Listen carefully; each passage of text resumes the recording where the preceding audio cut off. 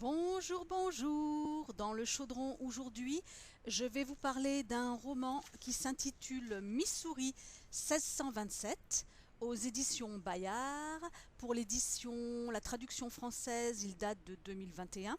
Il a été écrit à quatre mains par Jenny Hendricks et Ted Kaplan. Donc, vu l'accent que j'ai, vous avez compris que c'était un roman américain. Alors, l'histoire. L'histoire, donc, c'est celle de Veronica Clark, qui a 17 ans. C'est une élève brillante, populaire. Elle vient d'être admise dans une prestigieuse université. Elle a un groupe d'amis filles sur qui elle peut compter. Et surtout, elle sort avec le beau Kevin. Elle est la seule du groupe à avoir d'ailleurs un petit ami. Et ses amis l'envient, ses amis du groupe l'envient. Elle a le permis de conduire, mais pas de voiture.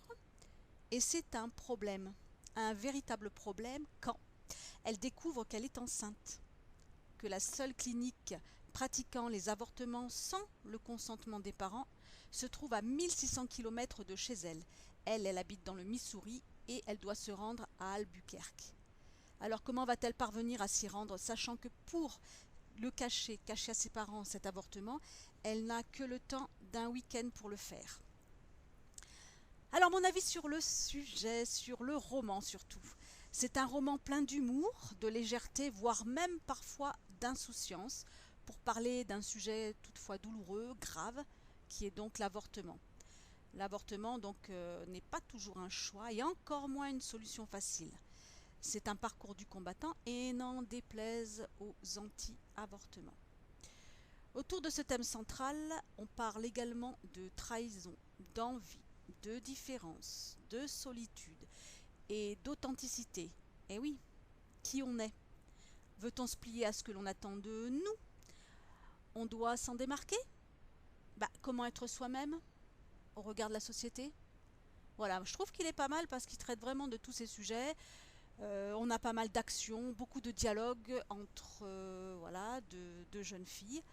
Et puis qu'est-ce qu'on veut dans la vie, quoi? Qu'est-ce qu'on veut véritablement dans la vie? Donc voilà, c'est un roman qui se lit vite, qui se lit bien.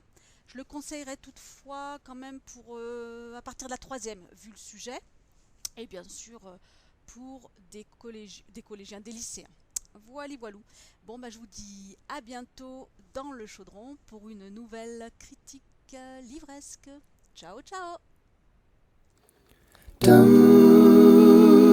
dum dum dum dum dum dum